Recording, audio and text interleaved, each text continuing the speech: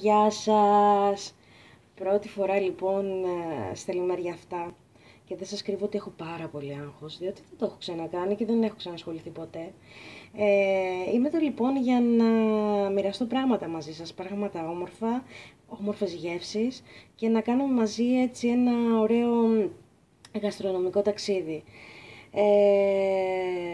Θα χαρώ πάρα πολύ να δω τα δικά σας σχόλια και θα χαρώ πάρα πολύ στα σχόλιά σας να δω συνταγές σας όπου θα θέλατε να τις παρουσιάσουμε εδώ. Λοιπόν, για να μην μακρηγορώ, σήμερα σαν πρώτη συνταγή διάλεξα να κάνω τους ρεβιθοκεφτέδες. Βαθμός δυσκολίας 1, για μένα τουλάχιστον.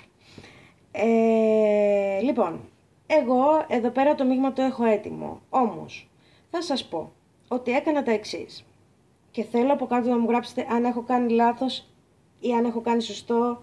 Λοιπόν, θέλω εάν έχω κάνει κάπου λάθος να με διορθώσετε. Ευχαριστώ. Λοιπόν, έχω βάλει τα ρεβίθια μου να μουλιάσουν. Αφού μουλιάσουν, τα έχω βάλει στην κατσαρόλα να τα βράσω περίπου για 3 τέταρτα. Τα βράζω και τα λιώνω.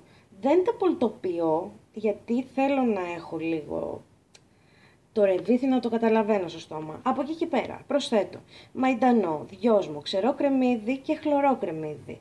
Βάζω αλάτι, πιπέρι και ρίγανη, 2 κουταλιές της σούπας λεμόνι και γύρω στις 2 κουταλιές της σούπας λάδι. Να προσθέσω δε ότι τα ρεβίθια είναι γύρω στα 250 γραμμάρια.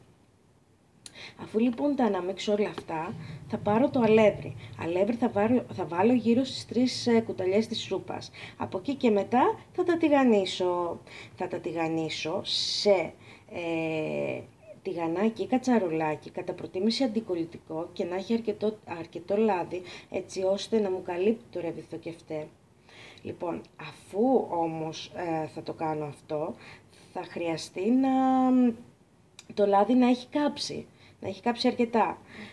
Ξέχασα να σας πω δε ότι μέσα στα υλικά πρόσθεσα και τυράκι. Εσείς μπορείτε να τους κάνετε είτε αρτήσιμους είτε νηστίσιμους, έτσι.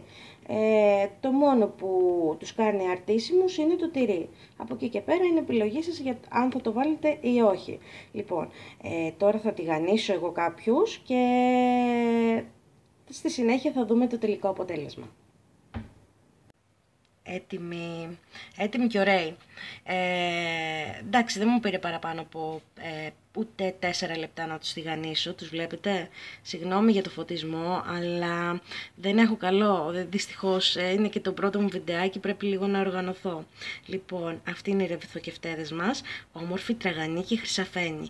Εύχομαι να σας αρέσουν και εύχομαι τα σχόλια από κάτω να είναι θετικά. Σας ευχαριστώ πάρα πολύ που με παρακολουθήσατε. Να είστε καλά και καλή μας όρεξη.